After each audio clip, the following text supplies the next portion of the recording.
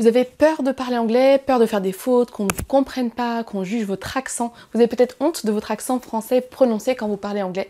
Bref, vous êtes peut-être paralysé par la peur, vous avez les mains moites à l'idée de parler anglais devant des anglophones ou des francophones ou autres. Cette vidéo est donc faite pour vous si c'est votre cas. Je vais vous parler de comment surmonter la peur de parler anglais, comment prendre confiance en soi pour pouvoir s'exprimer et aller au-delà de la peur de faire des fautes. Avant de démarrer et de vous donner tout plein de conseils pour prendre confiance en vous, vous pouvez regarder dans la description, j'ai plein de cadeaux pour vous, notamment un e-book des 60 erreurs à ne pas faire en anglais. Vous allez pouvoir donc auto-corriger les erreurs classiques que font la plupart des francophones en anglais. Ceci étant dit, démarrons cette vidéo avec le premier point qui est « vous n'êtes pas seul ». Si vous avez l'impression que vous êtes seul à avoir une peur panique et à être complètement your mind is blank, avoir le cerveau qui disjoncte complètement au moment de parler anglais, que vous êtes complètement paralysé, vous perdez vos moyens, vous avez peut-être honte de votre accent, etc. Sachez que vous n'êtes pas seul. Il existe un terme pour faire référence à la peur de parler des langues étrangères qui est la xénoglossophobia. C'est un petit peu comme la peur de parler en public, la peur, le vertige, la peur des hauteurs, la peur d'être dans un ascenseur, etc. C'est des choses qui sont communs à plusieurs, enfin qui ne sont pas que chez vous et qui arrivent aussi à d'autres personnes. Donc clairement, vous n'êtes pas seul et moi, avec mon expérience de prof, d'apprenante, tout d'abord parce que je suis française comme vous, j'ai appris l'anglais quand j'étais à l'école, etc. Ensuite, je l'ai enseigné à des centaines de milliers de personnes via ma chaîne YouTube et autres et je vois chez les Français ce dénominateur commun qui est vraiment une gêne à parler anglais. Énormément de gens me disent avoir un niveau correct ou pouvoir à peu près comprendre ce qu'on leur dit mais être bloqué au moment de parler à l'oral. Donc dites-vous que vous n'êtes pas seul et c'est clairement quelque chose de très commun. Donc déjà à travers le monde, parce qu'il existe ce terme xénoglossophobia qui existe, donc ça montre bien que vous n'êtes pas seul à avoir peur de parler une langue que vous ne maîtrisez pas à 100%. Mais de mon expérience, c'est quelque chose qui est encore plus prononcé chez les Français que chez certains de nos voisins en Europe. Pour revenir sur la différence des Français par rapport aux autres pays européens, en France on a vraiment cette justesse à avoir, c'est une sorte de perfectionnisme qu'on a. La langue française est une langue assez complexe avec beaucoup de règles de grammaire, d'exceptions et autres. Par exemple, l'anglais a beaucoup moins, on n'a pas les terminaisons comme on a en français. Quand vous avez un verbe en français, il y a une terminaison différente globalement par pronom. Et donc ça, c'est quelque chose qui n'existe pas en anglais où il y a vraiment que deux. Voilà, vous avez le S, la troisième personne, et c'est à peu près tout. On a le subjonctif imparfait, même si on s'en sert moins.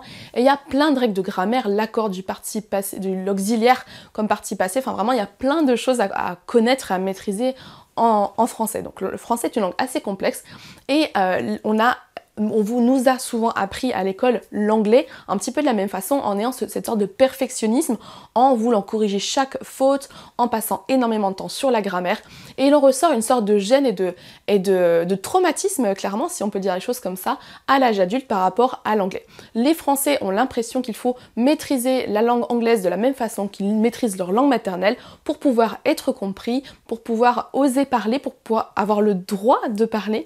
Il y a beaucoup de Français qui ont une énorme gêne par rapport aux natifs, aux anglophones, donc les gens dont l'anglais est la langue maternelle, et qui se comparent constamment à ces personnes et qui ont l'impression que leur niveau d'anglais n'est pas assez bon et ne le sera jamais assez pour oser parler et pouvoir avoir le droit de parler anglais, même si leur niveau d'anglais n'est pas à la hauteur justement de ces niveaux natifs. Alors pourquoi on passe autant de temps à parler de grammaire à l'école? Selon moi, c'est pas la bonne méthodologie pour progresser dans une langue étrangère. Quand vous apprenez votre langue maternelle, vous allez être exposé à la langue, en fait, à l'oral. Vous allez entendre vos parents, la nounou, à l'école, etc. Vous allez être dans un bain linguistique, vous allez entendre la langue, en fait, et vous allez petit à petit comprendre un petit peu comment elle fonctionne. On vous parlera pas de grammaire avant le collège, et c'est à ce moment-là, quand vous avez été exposé à suffisamment de mots, de phrases, de contexte, etc., que vous allez être en capacité de pouvoir intérioriser la grammaire. Donc vous allez pouvoir enfin comprendre pourquoi, c'est quoi cette histoire de subjonctif. Vous allez avoir entendu vos parents dire « il faut que tu fasses attention ». Au début, les enfants disent souvent « il faut que je fais attention », etc. Et au bout d'un moment, à force de l'entendre, ils vont juste imprégner, copier-coller et ressortir un petit peu la grammaire de façon automatique, sans se poser de questions, sans savoir que c'est un subjonctif ou autre.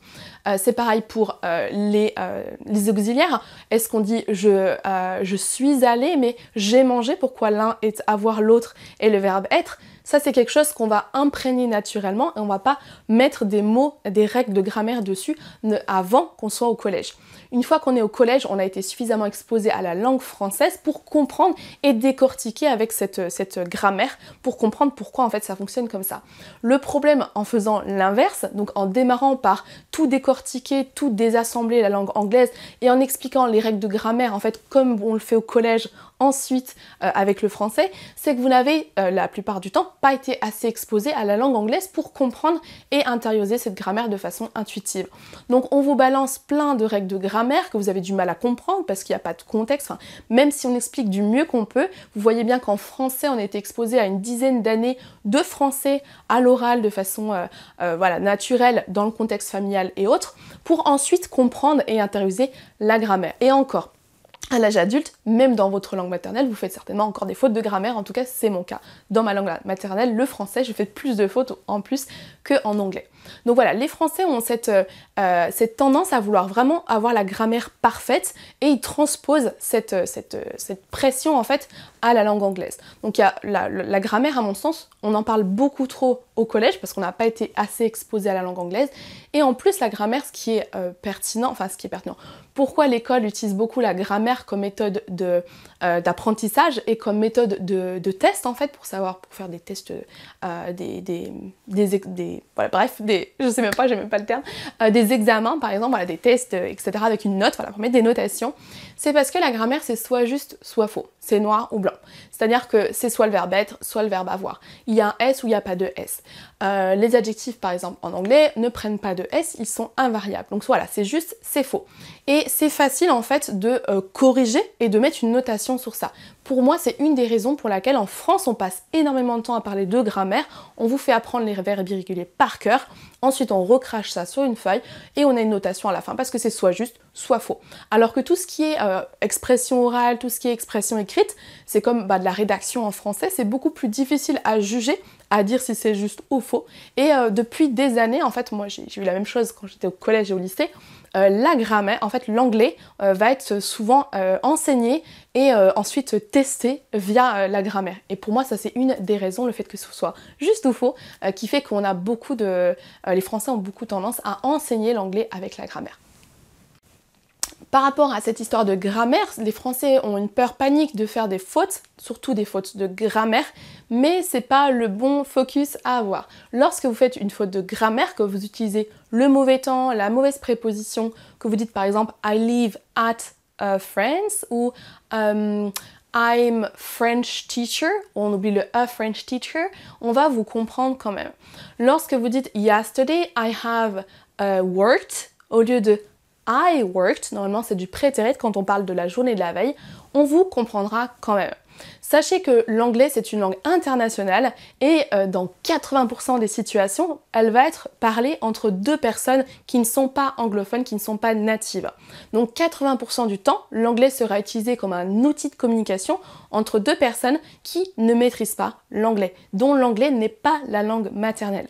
Donc à chaque fois, les Français ont ce standard de l'anglais natif, l'anglais UK, British, l'anglais US, on veut avoir l'accent américain, l'accent britannique, on veut se faire passer pour un anglophone, on veut éliminer complètement notre accent français, sachant que la plupart du temps, en fait, l'anglais sera parlé de façon complètement imparfaite.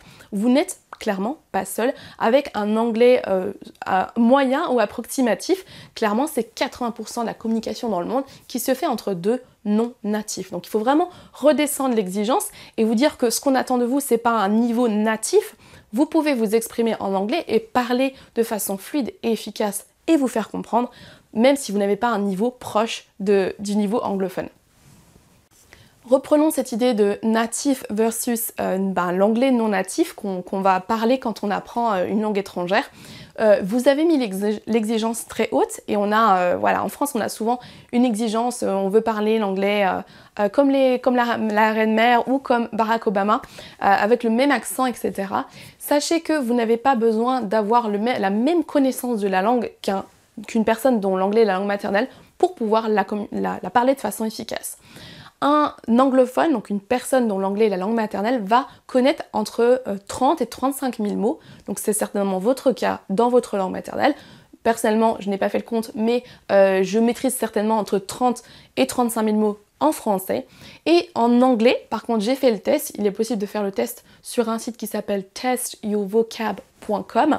Là, vous allez pouvoir cocher des cases et savoir à peu près combien de mots vous maîtrisez en anglais. Surprise, surprise, j'ai été très surpris de voir que j'avais un score d'à peu près 10 000 mots en anglais. Pour autant, je maîtrise l'anglais, alors pas parfaitement, clairement pas, mais j'ai un niveau C2, niveau avancé, je peux m'exprimer dans toutes les situations, enfin je suis jamais gênée, jamais embêtée, je me suis jamais pas fait comprendre et j'ai jamais eu de difficulté à communiquer. Pourtant, vous voyez que je maîtrise 3 fois moins de mots en anglais que dans ma langue maternelle. Donc ce qu'il faut vous dire, c'est que vous n'avez pas à avoir l'exigence de parler comme les gens qui sont exposés à la langue anglaise depuis 30, 40, 50, 60 ans. Il est normal que vous ayez un niveau différent et que vous maîtrisiez moins de mots que ces personnes-là. Donc vous n'avez clairement pas besoin d'arriver à ce niveau proche du natif ou qu'on croit que vous êtes anglophone pour pouvoir vous exprimer et pouvoir parler efficacement. Repartons en arrière par rapport à la grammaire pour que vous compreniez bien que c'est un problème vraiment français et francophone. Donc en France, il y a beaucoup de gens qui j'appelle les justiciers de l'orthographe qui vont venir vous corriger la moindre faute, le moindre S qui manque, etc. En tout cas, moi ça m'arrive fréquemment. J'envoie des newsletters, après j'ai 10 mails, 10 réponses qui me disent « Ah, vous avez oublié un S à droite, à gauche, etc. » Une fois que le mail est envoyé, au final c'est trop tard. Pourquoi ça m'intéresse de savoir ça? Donc il y a des gens qui vont, sous prétexte de bienveillance, vous corriger vos fautes, que ce soit en français ou de n'importe quelle langue, parce qu'ils pensent bien faire et ils veulent absolument vous corriger. Sachez que ça, c'est français. Alors beaucoup de gens vont dire oui, mais c'est pour votre bien, je ne sais quoi. Si moi, je vous ai pas demandé de me corriger, ben ne le faites pas. Donc si jamais je fais des fautes aujourd'hui, je ne suis pas intéressée pour savoir si j'en ai fait. Merci de m'épargner ça dans les commentaires, clairement. La vidéo est en ligne. Si les fautes sont dites, une fois que c'est fait et c'est trop tard, je ne le changerai pas. Donc les Français vont vraiment avoir tendance à corriger les autres, à vouloir, bref, corriger, vous l'avez compris. Sachez que en anglais, excusez-moi, il existe un terme qui est grammar Nazi. Donc grammar Nazi, les nazis de la grammaire. Donc ce qui se fait en France et que moi personnellement m'insupporte de corriger les autres sans qu'ils aient demandé quoi que ce soit, dans les autres pays, il y a plein d'autres pays où ce n'est pas accepté en fait, c'est pas du tout bien vu. Il existe des us et coutumes suivant les pays. Par exemple en Espagne les gens sont très en retard, en Chine, en Asie par exemple il faut être super à l'heure, c'est hyper important. Voilà, il y a des choses qui sont différentes, des mœurs, des coutumes qui sont différentes d'un pays à l'autre. Sachez qu'en France, donc, on a cette tendance quand même assez généralisée de vouloir corriger les autres, etc. Ce qui peut paraître normal aux yeux de certains, mais qui, à mes yeux, n'est pas aussi normal et coutumier que ça, dans d'autres pays. En Angleterre, aux États-Unis, il est très mal vu de corriger quelqu'un. Donc si vous avez par exemple un anglophone qui va s'exprimer en français, si vous le corrigez, que par exemple il a dit un main au lieu de une main, que vous dites on dit pas un main, on dit une main, il va complètement se refermer et plus jamais oser parler anglais. J'exagère, mais je suis pas loin de la vérité. Donc ce terme grammar Nazi, qu'on utilise dans les pays anglophones, vous montre bien qu'en fait, corriger les autres, c'est pas du tout bien vu en Angleterre et aux États-Unis, dans les pays anglophones de façon générale. Et il y a plein d'autres pays, même en Europe, où ça se fait pas en fait, et que si quelqu'un fait une faute, on le laisse faire, tant qu'on l'a compris, il n'y a pas de problème. Si on ne le comprend pas, on lui demande de reformuler, de répéter, ou on demande confirmation qu'on a bien compris. Mais quand il y a une erreur de grammaire qui passe comme ça dans une phrase, on ne va pas l'interrompre pour le corriger. Donc si c'est quelque chose qui vous angoissait, la peur de faire des fautes de grammaire, dites-vous que c'est très français et que personnellement j'ai l'impression que quand on juge les autres, c'est une peur qu'on a inconsciemment de se faire juger nous-mêmes. Donc quand vous êtes en train de dire « Ah là là, lui il a un accent pourri en français » ou « Ah là là, comme elle se la pète celle-là avec son accent américain ou quoi » ou « Ah, t'as fait une faute à droite, une faute à gauche », inconsciemment c'est une peur que vous avez vous-même, qu'on vous juge et qu'on vous trouve inapte ou pas assez bon pour parler anglais. C'est mon point de vue. Il y a énormément de gens qui me disent avoir honte de leur niveau d'anglais parce qu'ils connaissent pas beaucoup de mots et qui ont l'impression de parler comme des enfants. Ça m'est arrivé plein de fois d'avoir ce commentaire de dire j'ai l'impression de parler comme un gosse, comme un gamin, ou voilà, j'ai honte parce que j'ai l'impression de baragouiner, parler du petit chinois comme on dit. Ce qu'il faut que vous compreniez, c'est que s'il est normal en fait, quand vous démarrez, que vous êtes débutant en anglais ou dans n'importe quelle langue étrangère, que vous n'ayez pas un niveau de vocabulaire, un nombre de mots aussi étendu qu'un anglais, que votre langue maternelle déjà, et qu'un anglophone, c'est normal. Quand vous êtes débutant, vous avez peut-être à peu près 2000 à 3000 mots dans votre bagage de connaissances et c'est normal de faire des phrases simples et même si vous, quand vous faites vos phrases, vous avez l'impression de parler de façon hyper simple, hyper basique et qu'on vous comprend peut-être pas ou vous parlez comme un enfant, oui, en fait, en effet, vous parlez comme un enfant. C'est-à-dire que ma fille qui a 6 ans, elle maîtrise certainement 3000 mots et quelques, je ne sais pas, 3000 à 5000 mots parce qu'elle a un vocabulaire assez étendu. Pour autant, j'ai pas l'impression qu'elle parle de façon moins intéressante ou moins fine que moi. Elle apprend des mots tous les jours, des nouveaux mots, etc. Et si vous vous exprimez aussi bien que ma fille de 6 ans en anglais, franchement, c'est déjà suffisant pour communiquer. Tous les jours, je parle à ma fille qui a 6 ans et pour autant, j'ai pas de problème de communication avec elle. Donc ce qu'il faut que vous compreniez, c'est que si vous êtes débutant, oui, vous avez un niveau moins élevé que les natifs, etc. Mais pour autant, ça ne vous empêche pas de communiquer. Lorsque vous êtes débutant, vous connaissez entre 2 000 et 3 000 mots, niveau intermédiaire autour de 5 000, niveau avancé autour de 10 000. Vous allez toujours connaître moins de mots, enfin à moins que vous passiez votre vie à apprendre l'anglais, qu'un anglophone. Mais c'est quand même possible de s'exprimer en anglais et cette peur irrationnelle de passer pour un abruti parce que vous connaissez pas assez de mots, elle est clairement irrationnelle. Il y a énormément de gens qui me disent je suis nul en anglais, donc ça c'est un jugement de valeur. Vous n'êtes pas nul, au mieux vous êtes débutant. Et là il faut vraiment que vous switchiez et vous changiez la façon de penser par rapport à votre niveau, la façon dont vous jugez votre niveau. Vous n'êtes pas nul en anglais, arrêtez de dire je suis nul ou les Français sont nuls, ce n'est pas vrai. Au pire dites je suis débutant en anglais. Et essayez de faire le parallèle avec d'autres langues étrangères. Je n'ai jamais entendu quelqu'un me dire je suis nul en espagnol, je suis nul en chinois ou autre. Si vous avez fait de l'espagnol ou de l'allemand en cours, peut-être l'allemand, j'ai déjà entendu je suis nul en allemand. Mais là, clairement, dites-vous que c'est un jugement de valeur, vous n'êtes pas nul, ce n'est pas un fait avéré. Vous êtes c'est peut-être pas possible de communiquer, peut-être que vous ne savez pas faire de phrases, mais ça ne veut en aucun cas dire que vous êtes nul. Donc changez vraiment votre vocabulaire par rapport à ça. Dites je suis débutant ou je connais les bases en anglais ou j'ai du mal à m'exprimer, ça c'est un fait avéré, mais le fait de dire je suis nul, c'est clairement pas un fait, c'est un jugement que vous portez sur votre niveau. Passons maintenant à un type concret pour pouvoir oser parler à l'oral et vraiment à vous libérer de cette peur de vous exprimer. Donc on a vu déjà plein de choses au préalable. Cette idée que je voudrais vous transmettre, c'est que la confiance en vous, c'est pas quelque chose que vous allez attendre et avoir comme ça de façon magique. Vous n'allez pas d'un coup de façon miraculeuse avoir confiance en vous en anglais. Et ce n'est pas parce que votre niveau augmente et que vous accumulez des mots et que vous apprenez plein de mots de vocabulaire, que vous maîtrisez la grammaire sur le bout des doigts, que vous allez prendre confiance en vous. La confiance en soi, c'est quelque chose qui se travaille et qui vient à mesure que vous faites ce qui vous fait peur. Donc si vous vous lancez à parler anglais maintenant, même si vous avez peur, vous allez travailler cette compétence, cette confiance en vous et petit à petit, vous allez voir que vous vous faites comprendre, que finalement, il n'y a pas mort d'homme, que finalement, vous arrivez à avoir des conversations, vous partez à l'étranger, etc., etc. Vous allez vous rendre compte que votre niveau, il est largement suffisant pour communiquer de façon efficace. Donc ce qu'il vous faut au démarrage pour oser parler, ce n'est pas de la confiance en soi, c'est du courage. Le courage, ça va être faire malgré la peur, ça va être lancer une chaîne YouTube même si on n'est pas à l'aise, ça va être d'écrire un livre même si on ne se sent pas écrivain, ça va être de parler anglais ou de postuler pour un poste où il y a une interview en anglais même si vous avez peur, parce qu'une fois que vous faites preuve de courage, vous allez faire ce truc qui vous fait peur et vous allez développer cette compétence qui est la confiance en soi. Donc la confiance en soi, c'est pas quelque chose qui arrive de façon magique en faisant rien, mais ce n'est pas quelque chose non plus qui arrive en apprenant par cœur des trucs, en apprenant par cœur les verbes irréguliers, en maîtrisant la grammaire parfaitement, comme ça au moins on est sûr de ne pas faire des fautes. C'est quelque chose qui se travaille et c'est simplement lancez-vous même si ça fait peur et la confiance en vous viendra ensuite.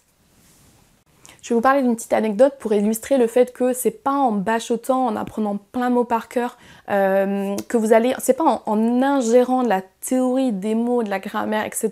sans avoir, donc en ayant du input c'est ça vient vers vous, on écoute des audios, on apprend du vocabulaire par cœur, etc. Donc là vous êtes relativement passif, la connaissance vient à vous, ce qui est output c'est parler et écrire en anglais.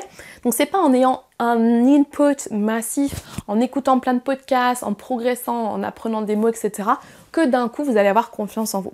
C'est ce que je pensais aussi, donc c'est pour ça que je veux le partager avec vous. Quand j'ai terminé le lycée, j'avais un niveau B1, B2 théorique en anglais. Donc j'ai eu 18 au bac, donc plutôt une bonne note, parce que j'apprenais par cœur les choses et je suis plutôt bonne à apprendre par cœur, donc ça c'était ok. Je me suis retrouvée 2 ans après en Norvège, donc je suis partie en Norvège pendant 1 an pour être au pair. Et d'un coup je me suis rendu compte que finalement mon niveau théorique B1, B2, 18 sur 20 en anglais, ben il n'était pas du tout, ça m'aidait pas du tout en fait à parler. Je me suis retrouvée vraiment hyper gênée par mon accent, j'avais franchement honte de mon accent français, hyper prononcé. J'avais peur de faire des fautes, et généralement je faisais des fautes de grammaire et j'étais en train de les corriger en parlant, et je me rendais compte de la faute après l'avoir faite, et là je me disais mince la honte, j'aurais pas dû parler, etc.